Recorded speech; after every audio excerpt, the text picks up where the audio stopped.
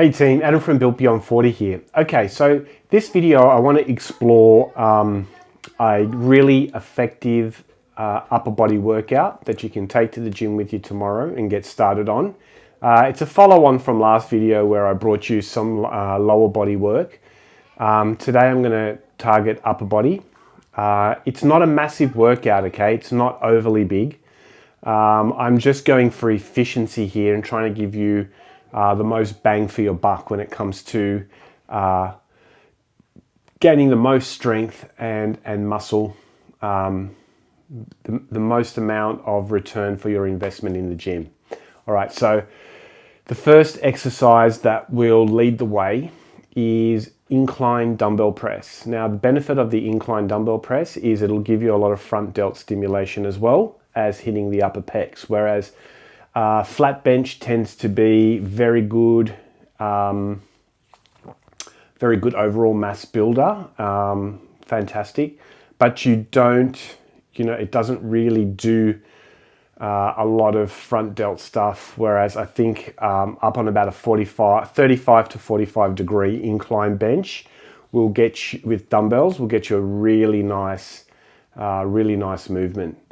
The other benefit of it is, of course, with the dumbbells, you're able to get into that stretch. So you're able to get a lot more tension out on the pec, which is something that you're a little bit limited with the bar, because at the very bottom position, bar's hitting the chest, you don't get that extra activation. So leading the way on this one will be incline dumbbell press. I'd follow that up with a neutral grip lat pull down. So get to the lat pull down machine. Okay, so when we think about the lats, a lot of people are doing their lat pull downs out wide.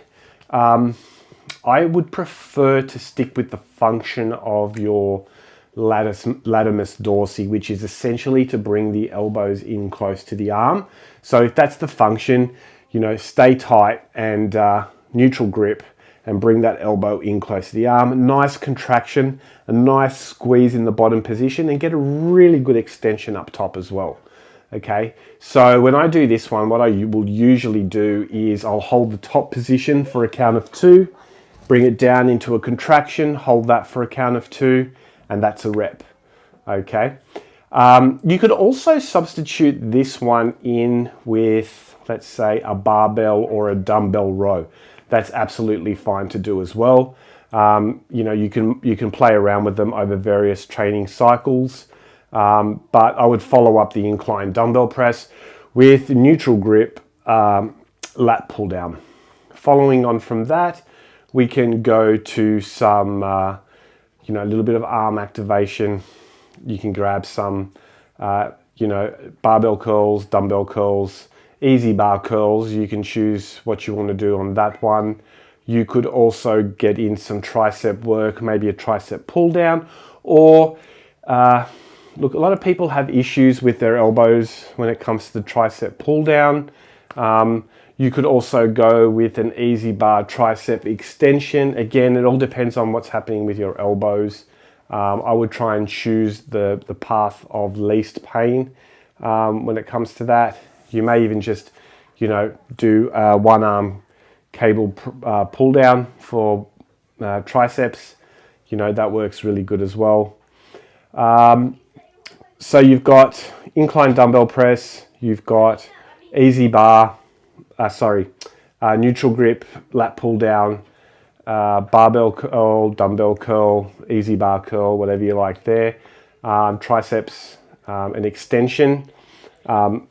Behind the neck, skull crushers, tricep push down. Again, you can choose what you want to do there. That's entirely up to you.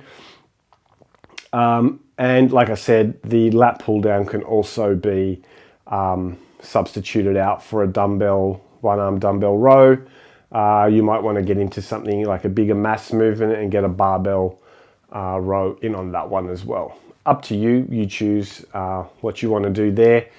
The framework, I would probably have something like, 6 to 10 reps, incline dumbbell press. Same again with the neutral grip lat pull down. Arms, you might want to go a little bit higher, somewhere in that 10 to 12 rep range.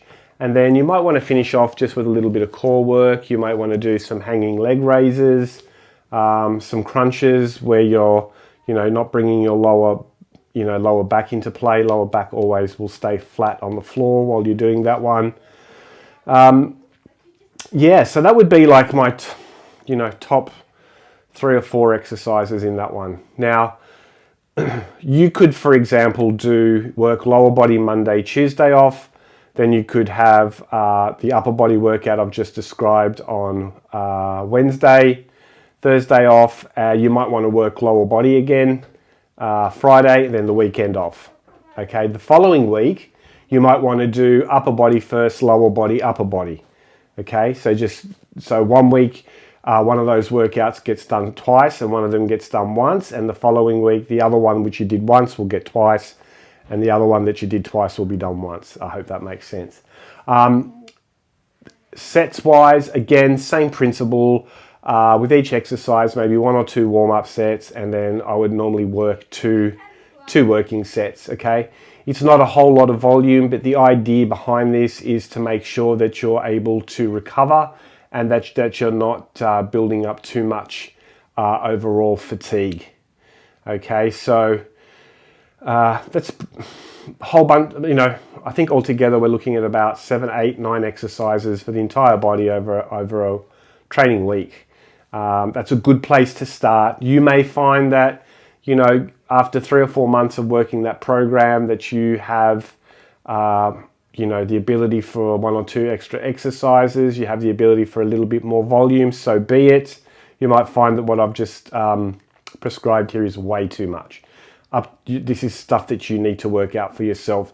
You really need to kind of sort out what your tolerance levels are when it comes to exercise and recovery, and then adjust volume and frequency accordingly. That's the way to go. Better to start low and work up a little bit than start too high, burn completely out, fatigue, and end up plateauing very fast. Again, adding when you come to that part of your strength cycle where you're really pushing and you're really moving at 100% plus intensity, same principles apply. Add a little bit of weight to your dumbbell or a little bit of weight to your barbell, or if you can't add weight, add an extra rep or 2. So anything that you normally will have in your rep range. So let's say you're working a weight for 6 reps. When you can get to that sort of 7, 8 rep mark, when you blow past your rep range by 2 or 3 reps, then you can add a little bit more weight. Okay, guys, I hope this one's been helpful. Take it to the gym, see how it works. I'll talk to you soon.